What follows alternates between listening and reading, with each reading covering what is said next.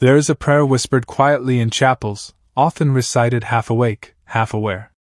A chain of words strung together by centuries, hidden in the shadows of more dramatic devotions. The CATENA. Few know its name. Fewer grasp its purpose. Yet, in the silence of battle, when angels descend and demons flee, it is this chain that glows brightest. Not because of its length or grandeur, but because of its unity. It is the prayer that binds. The whispered thread that connects one soul to another, across time, space, and eternity. And most Catholics have prayed it, without ever knowing what it truly is. Catena is derived from Latin catena vinculum, meaning chain, bond, the Blessed Virgin Mary of the chain.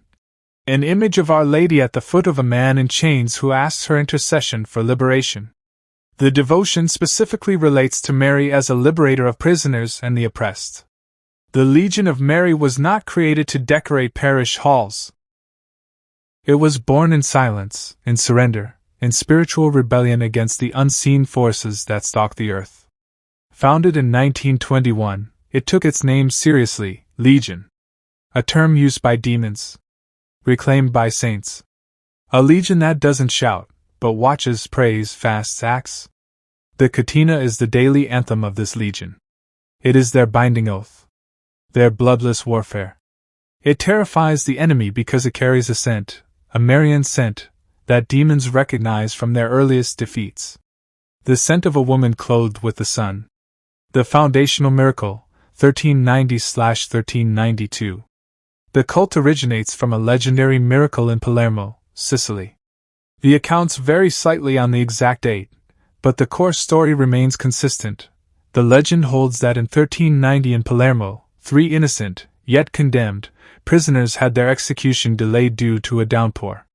While in jail, their chains were broken by the miraculous intervention of the Virgin. According to a legend, a miracle happened on August in 1392. The legend tells the story of 3 prisoners who had been sentenced to death in Piazza Marina. But that day there was a bad weather. It started to hail and the prisoners were conducted inside this church.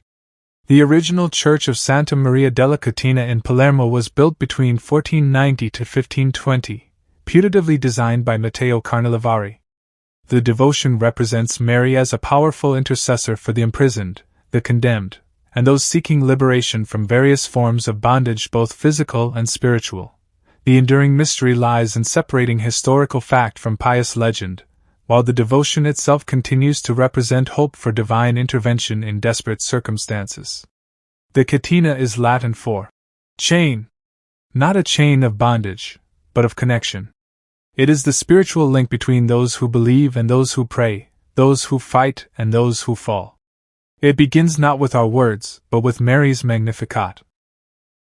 The Song of Reversal, where the lowly are raised and the proud brought low. This isn't poetic fluff. It's divine architecture. Every line of the CATENA is a spiritual iron, tempered through centuries of faith. And when prayed with intention, it becomes a weapon forged in silence. A weapon that hell cannot counterfeit, and heaven cannot ignore. Most have said the CATENA without knowing they've said it. Tucked into the daily prayers of the Legion of Mary, it often gets recited by memory, repeated in rhythm, overlooked in power. But repetition isn't weakness. In the spiritual realm, repetition is hammering. Each recitation is a strike, driving the truths of heaven into the soil of the soul. This is why evil hates it. The CATENA doesn't rely on eloquence. It thrives on unity. It doesn't shout, it links. And the moment you begin praying it consciously, with heart, mind, and will aligned, you become part of a chain the enemy can't sever. In the spiritual realm, not all names carry weight. But when the name, Legion of Mary, is uttered, hell listens. Not with curiosity, but with dread. Because this group, quiet and ordinary on the outside, moves like an underground army. It is Marian in soul, militant in structure, and merciful in mission. Their daily prayers, especially the CATENA, are not recited casually, they are launched like arrows. When a legionary prays, heaven responds. Because this isn't about performance, it's about possession. Mary claims them. And through them, she expands her territory. And Satan? He flees wherever she steps.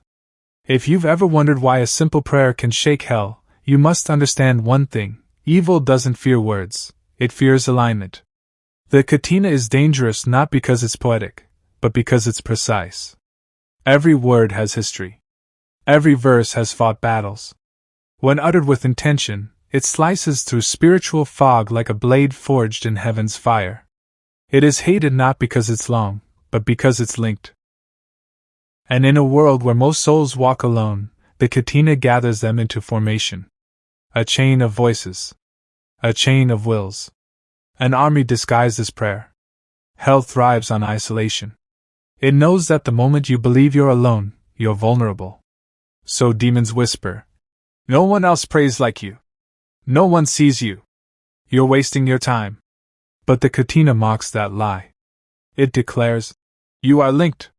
It's why the prayer was designed to be communal. Even when said alone, it connects. It defies demonic math. Because one soul with the CATENA is never alone. They are many.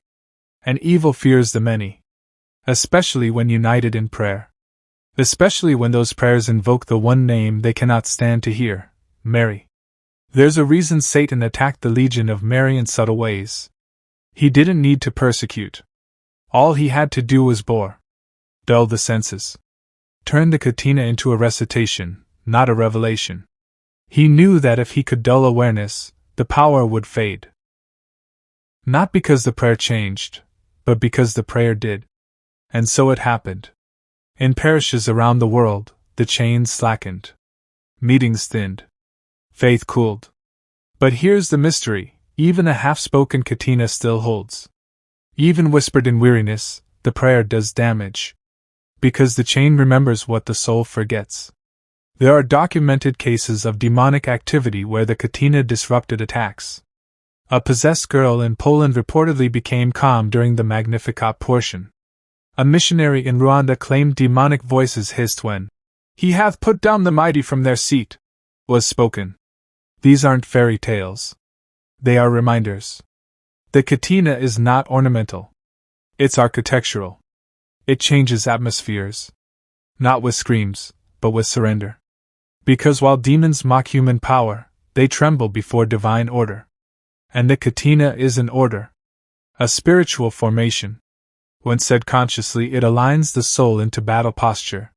And the enemy recognizes it. Mary is not a symbol. She is a strategy. And hell knows it. In every Marian apparition, from Fatima to Akita, there is urgency, warning, and call to prayer. She always asks for one thing: consistency. The rosary. The chain. The return. The CATENA, steeped in Marian titles and prophetic imagery, operates like a spiritual frequency.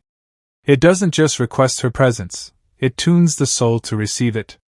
And when Mary comes, she doesn't come gently. She comes like dawn after siege. She is mother and general. Her steps crush serpents. And the CATENA is the sound of her footsteps approaching.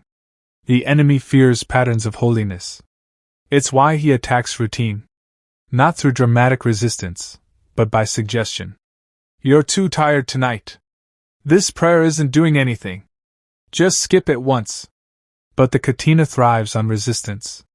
Every time you pray it while exhausted, you twist the blade deeper into hell's plans. Every time you pray it while numb, you signal heaven that your faith is anchored deeper than feeling. And that terrifies demons. Because emotions are their playground, but obedience is their prison. The CATENA is obedience made rhythm. And rhythm is stronger than rage. The CATENA's danger isn't just in what it says, but in how it works. It forges spiritual memory. Each line repeated becomes a neural path. Over time, it becomes the instinctual cry of the soul. When panic hits, you remember it. When fear rises, you cling to it. And this readiness, this trained reflex, denies the enemy the element of surprise. That's what he hates. A soul that remembers truth when attacked. A soul whose spiritual muscle memory is stronger than fear. The CATENA is your conditioning. And hell avoids athletes of prayer. One of the greatest weapons of darkness is spiritual pride. It sneaks in when you believe your eloquence matters more than your faithfulness. The CATENA kills that pride. It's not glamorous. It's not spontaneous. But it is loyal. And loyalty, especially in silence, is gold in heaven's economy. Demons flee when they see a soul who shows up regardless. Because such a soul cannot be manipulated by emotion or circumstance. They are anchored. Chained. And chains that link heaven to earth cannot be bought, faked, or broken. The CATENA is a declaration of spiritual loyalty. That's what makes it terrifying. There's an old saying in spiritual warfare. The devil isolates before he devours. You see it in addiction. In depression. In scandal. The soul is drawn away from the herd, slowly, subtly. Then attacked. But the CATENA counters that tactic. It keeps you tethered. Even when you feel like you're drifting, the prayer keeps you tied to something greater. Like a lighthouse in the fog, it calls you back. Back to the chain. Back to the rhythm. Back to the family. And even when said alone, it is never solitary. Because somewhere, someone is praying with you. And that disrupts the darkness. What makes the CATENA invincible is not the people who say it, but the person who listens. Heaven has tuned itself to this prayer. Not because of superstition, but because of fidelity. Thousands have died with its words on their lips. Millions have formed it into habit. So heaven listens closely when it's spoken. It's like an old melody heaven remembers, and sings along to. And demons? They recognize it too. Not with fondness, but with fear. Because every time it's said, they're reminded of every defeat. Every chain that wouldn't break. Every soul they couldn't destroy. In the spiritual realm, silence is space. Every unclaimed silence can be filled, with light or darkness. The CATENA fills that space. It floods the silence with structure. With light. With divine order. The more it's prayed, the more difficult it becomes for demonic thoughts to root. The CATENA is not about casting out, it's about crowding out. Filling the atmosphere with truth until lies suffocate. Until depression collapses. Until obsession loosens. That's why the enemy pushes distraction. Because a distracted soul is an empty room. But a soul full of the CATENA is already occupied. There's power in voices joined. Not just in volume, but in intention. When the CATENA is said by groups, parishes, families, legions, it creates a spiritual echo. A chorus that doesn't fade. Each voice amplifies the other. And the spiritual impact is geometric, not linear. One voice is one torch. 100 voices is a sunrise. This is why legion meetings that pray the CATENA with unity often report clarity, healing, or sudden peace. The group becomes one. And where there is unity, there is the Spirit. Where there is the Spirit, darkness cannot stay. We often think of spiritual warfare as dramatic. Exorcisms. Miracles. Shouting. But more often, it's daily. Quiet. Hidden. In thoughts. In fatigue. In disconnection. The CATENA was made for these battles. It isn't flashy. But it's steady. And the steady strike is what breaks walls. Think of water dripping on stone. Over time, it carves canyons. That's the CATENA. Small. Repeated. Unstoppable.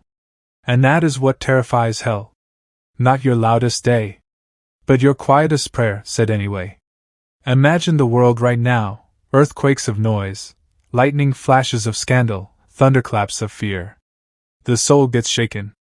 But the CATENA is the stillness beneath it. It grounds. It roots. It reminds. When said faithfully, it pulls the soul below the surface of chaos, into the foundation of divine order. That's why it's hated. Because in a stormy world, it makes you unshakable. And demons prefer Christians who tremble. Not ones who remember. The CATENA trains remembrance. And remembrance is resistance. Every time you say the CATENA, you declare war.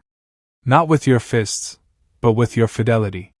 And war fought in prayer is never in vain. It may feel small, repetitive, weak. But remember, the enemy is ancient. He knows which prayers are empty and which ones echo.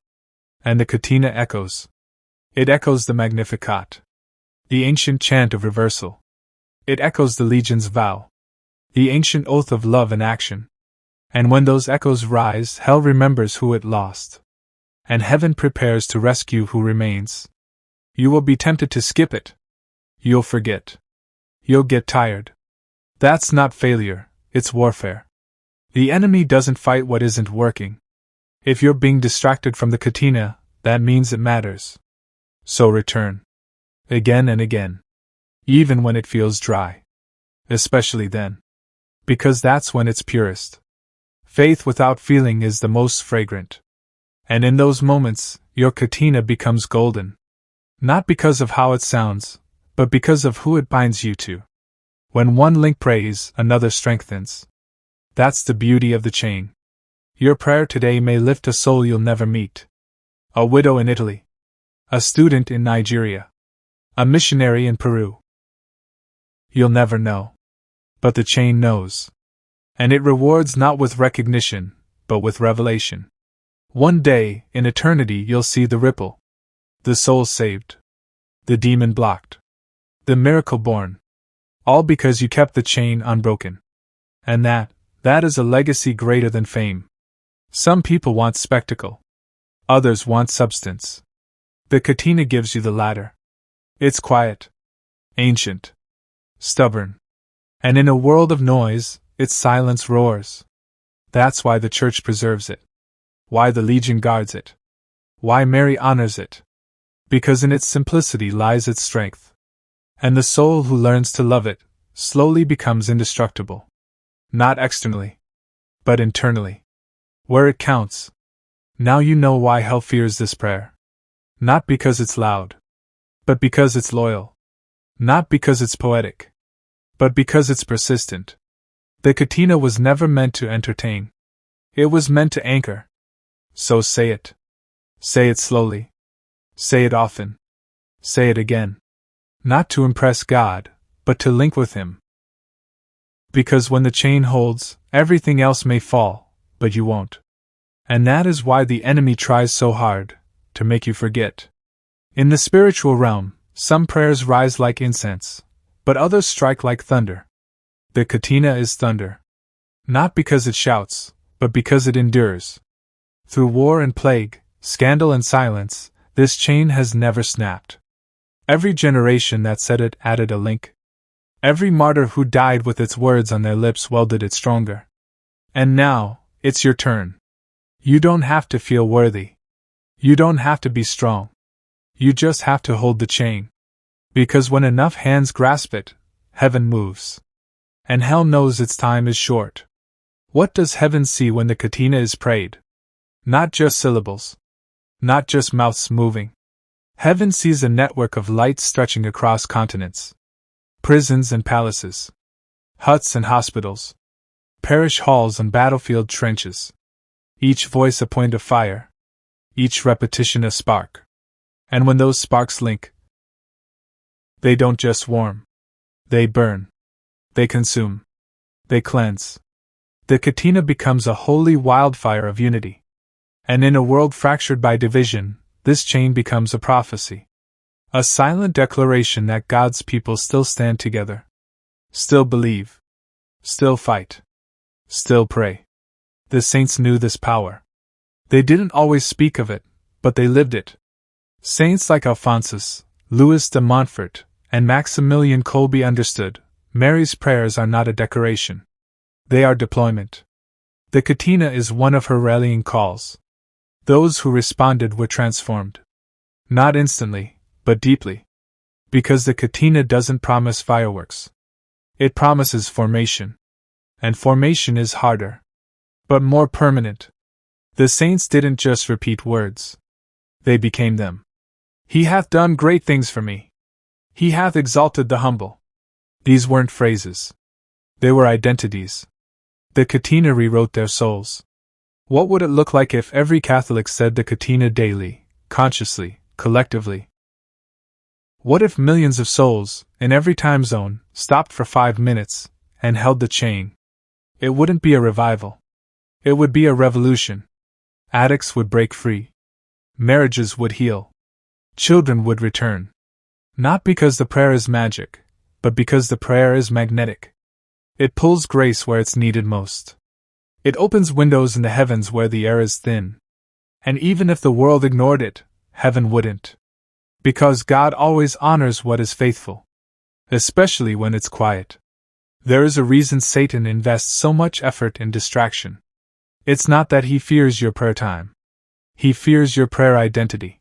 He fears what you become when you pray consistently. The CATENA doesn't just connect, it converts. Not others. You. Slowly, gently, it dismantles lies you didn't know you believed. Lies like, I'm alone, I'm forgotten, I have no power. And in their place, it plants truth. He that is mighty has done great things for me. That's not wishful thinking. That's a war cry. And the CATENA teaches you how to say it until you believe it. The CATENA also reminds you of your place in time. You're not the beginning. You're not the end. You are a link. Not everything depends on you, but something does. And that's sacred. You inherit this prayer from those who didn't quit. And you pass it to those who don't yet know. That's how legacy works. That's how grace travels. Through obedience.